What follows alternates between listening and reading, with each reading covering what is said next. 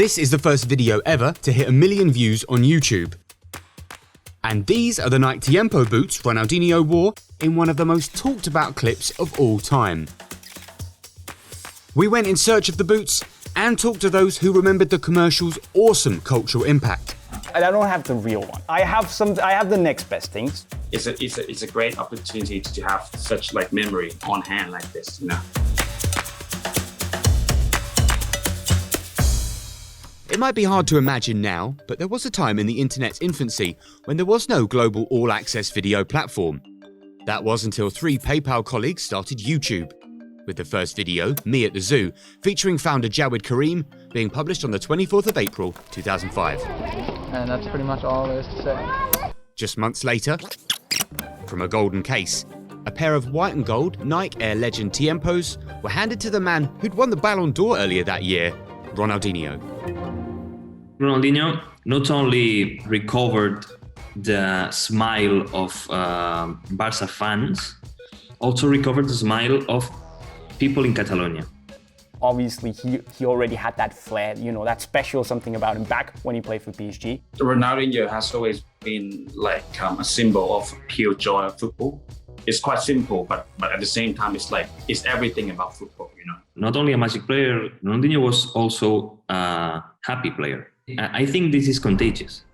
Ronaldinho arrived like a force of nature, winning the Copa America at 19, by 2002 had also become a World Cup winner. Then on July the 20th, 2003, joined Barcelona from PSG for £21 million.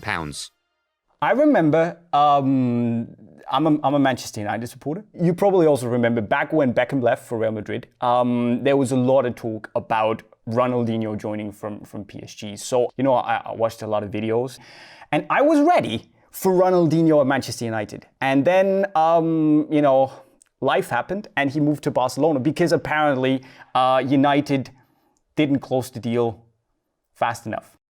The very first memory about this player was his presentation. I mean, the very first debut at Barcelona.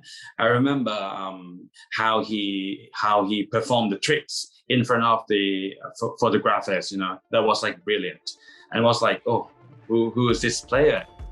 Turns out that player was the first marquee signing of Joan Laporta's first term as Barcelona president, having won the election just a month before Ronaldinho joined the club. One friend of Joan Laporta at this moment was Sandro Rosell. Sandro Rosell have, I think in this moment also, have a good relationship with Ronaldinho because he worked at Nike. Sandro Rosell met Ronaldinho at Nike. I think Rosell was the most important person for make this transfer. While excitement amongst Barca fans was building for the Brazilian's arrival, it was battling frustration and anger in the hearts of the Blaugrana faithful. They'd been waiting 3 years without a single trophy.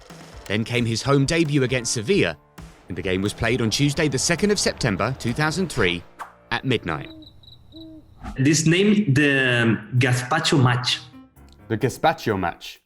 Yes, because the board of directors of Barcelona decided to give for free a little gazpacho at all the fans of Barcelona this night, and a Kit Kat also. Gazpacho and Kit Kat.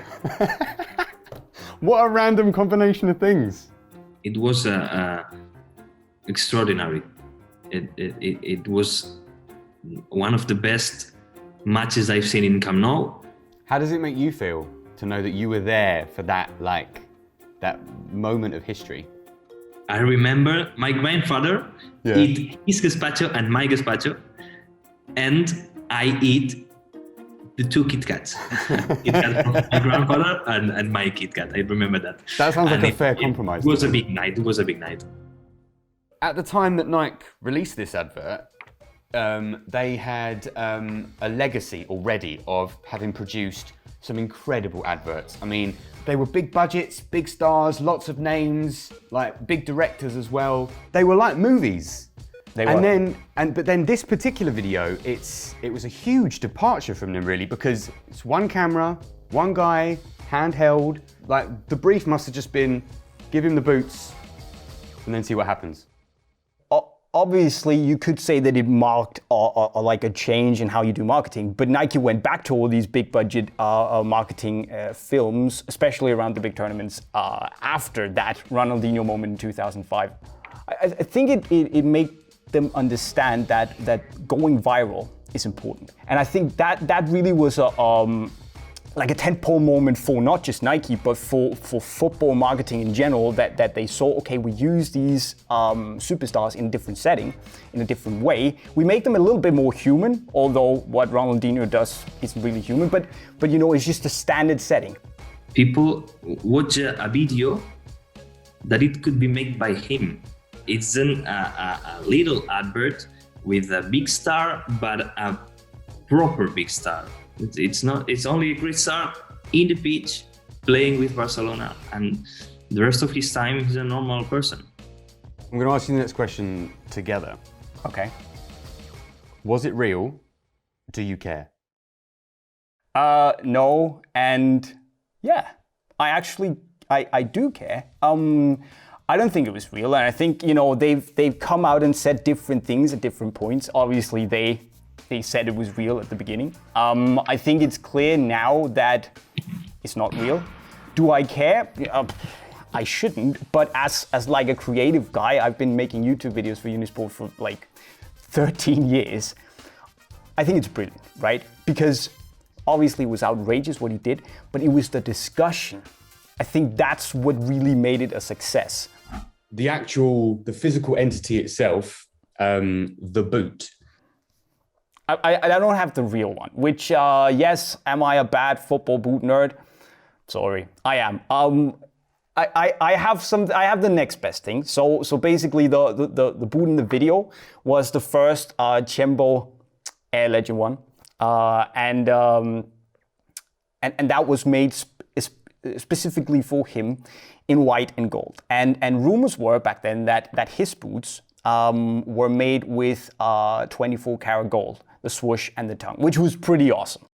I actually have the remake model, which were released a couple of years back. It's 80% identical to the original model. If we still have the original model with me now, I mean, the condition of the material would have been, you know, it just by time, the age of the boots, you know, just the condition boots change.